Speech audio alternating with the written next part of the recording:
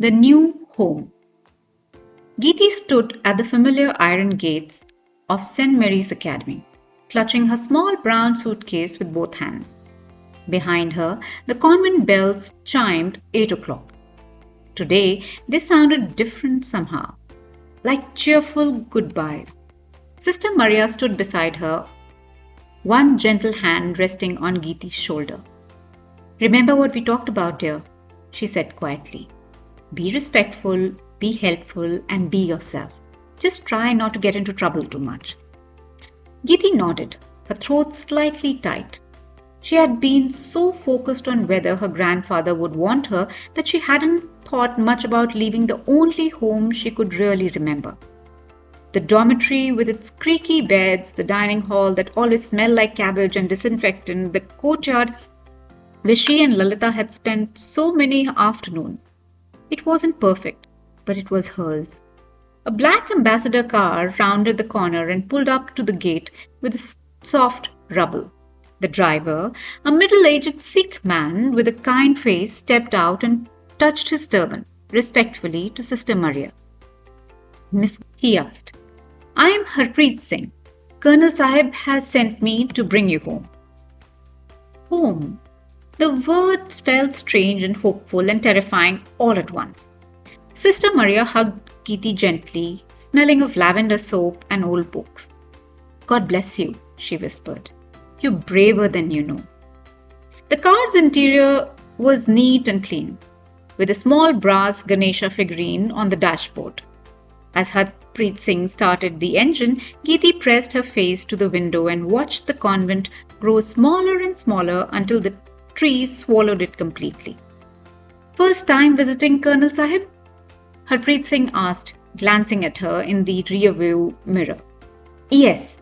Geeti's voice came out smaller than she had intended. "He's a good man," the driver said simply. "Very disciplined, very proper." Geeti gently smiled. She pulled out the small framed photograph of her parents from her suitcase and held it to her lap. Would her grandfather recognize her? The car drove down the winding mountain road of Missouri, past tiny villages where children waved at passing cars. Geeti waved back, then quickly pulled her hand inside and closed the window, remembering Sister Maria's warning about proper behavior. Geeti pressed her nose against the car window, her breath fogging up the glass. She drew a small smiley face in the little fog cloud, then quickly wiped it away with the back of her sleeve. Her mind was already racing with possibilities. What if the house had a library she could explore? What if there were hidden spots perfect for pranks? What if her grandfather had interesting things in the study that she could accidentally discover? Her mind continued to race. What if her grandfather's house was full of breakable things? What if she accidentally knocked something over? As they drove through Dehradun's city area, the houses grew larger and more majestic, with neat lawns and high walls. Everything looked serious and important. Geeti's stomach began to flutter like it had trapped butterflies. "Almost there, beta," Harpreet Singh said gently, as if he could sense her nervousness. The car turned onto a quiet three-line street called Rajpur Road. The houses here were old and stately, with wide verandas and gardens full of winter flowers. Geeti counted them as they passed. 1, 2, 3.